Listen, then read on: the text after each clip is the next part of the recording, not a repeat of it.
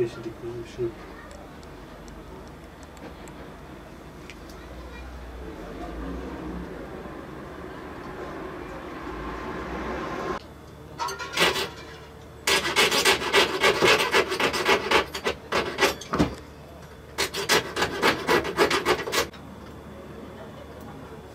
Masaya bırakam o şeye bırakam aslında.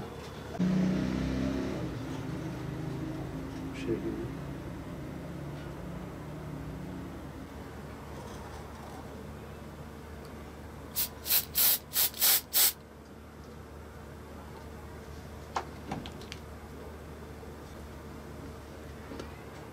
Tamamdır.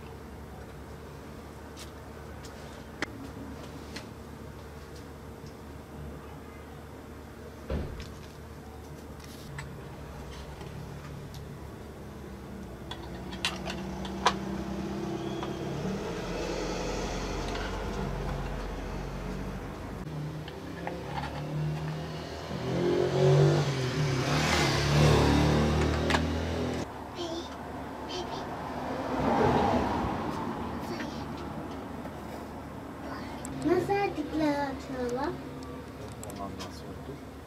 Nasıl artikler açıyorlar? Gösterelim. Aleykümselam.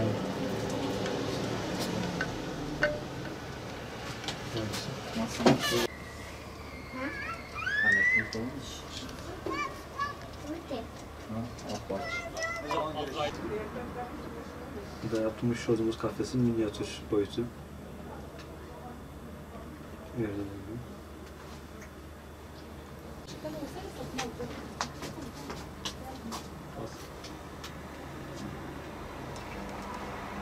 Bakma.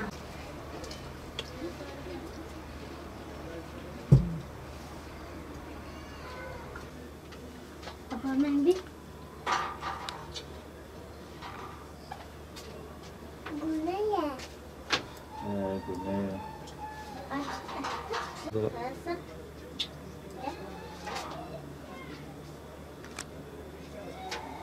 Baba yapsana o bana.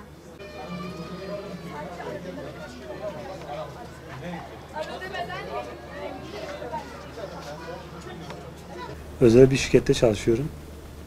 Onun yanı sıra işte yaklaşık 9-10 senedir bu işe merak saldık. 9-10 senedir uğraşıyorum bunu. Başta hobi olarak hiç kimsenin desteği olmadan kendi çabalarımla evde öğrendim bu işi. 3 sene boyunca evde yaptım. 3 seneden sonra atölyemi kurdum işte. Yaptığım işler talep görmeye başlayınca bu sefer işi genişletmeye başladık. Farklı farklı çalışmalar. Başta ahşap olarak kuş kafeslerinden başladık. Sonra iş biraz daha yayıldı. Maket çalışmalarına döndü. Farklı hediyelik eşyalara döndü. Bunun yanı sıra işte son noktamız en son maket çalışmaları ve ahşap olarak birçok şey yapıyoruz. İleriki zamanlarda tabii bu sanat çok farklı bir şey. Sonu yok. Kendinizi geliştirdikçe daha da açılıyorsunuz. Son zamanlarda minyatür çalışmalarına da başladık. Batman'ın simgesi olan Atbaşı olsun, sonra Hasankeyf tarihi bir kentimiz. Onun minyatürünü yaptım. Malabadi köprüsünü yaptım. Kendi yöremize ait kerpiç evlerimiz var çamurdan. Onu yaptım minyatür olarak. Sonra en son çalışmalarımdan bir tanesi de ağaç üzerinde ağaç evi yaptık. Çeşitli yine süs gereçleri yapıyoruz minyatür olarak. İşte silahlar, kafes çalışmaları. Birçok şeyin minyatürünü yapabiliyoruz. Tabii burada kendi yerel halkımız var zaten. Onlar kendi sabit müşterilerimiz var. Onun dışında da sosyal medyada bayağı ileri açıldık. Bu Türkiye geneli değil mi? Dünya çapında. Buradan Hollanda'ya bile kendi malımızı gönderdik. Birçok ürünümüzü birçok yere gönderdik yani. Bu her yerden sipariş geliyor. Yani elimizden geldiği kadar yetiştirmeye çalışıyoruz. Tabii imkanlar çerçevesinde. Ürünler gidiyor, talep çok. Yani bunun insanların merakı gittikçe artmaya başladı. İleride biz aslında farklı projelerimiz vardı. Biz bunu ileride devlet yetkililerine sunacağız dosya halinde. İşte Batman'da bizim Batman'ımızın eksiklerinden bir tanesi olarak sanat olarak fazla bir zaman ve yerimiz yok. Zaman ayıramıyoruz.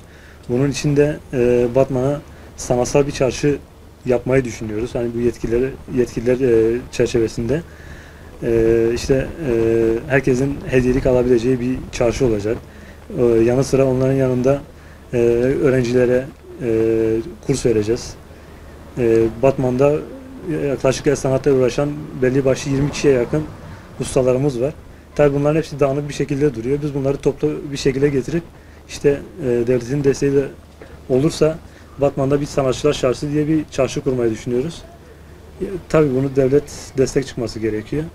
Elimizden geldiği kadar da biz sonuna kadar yapacağız, destek vereceğiz.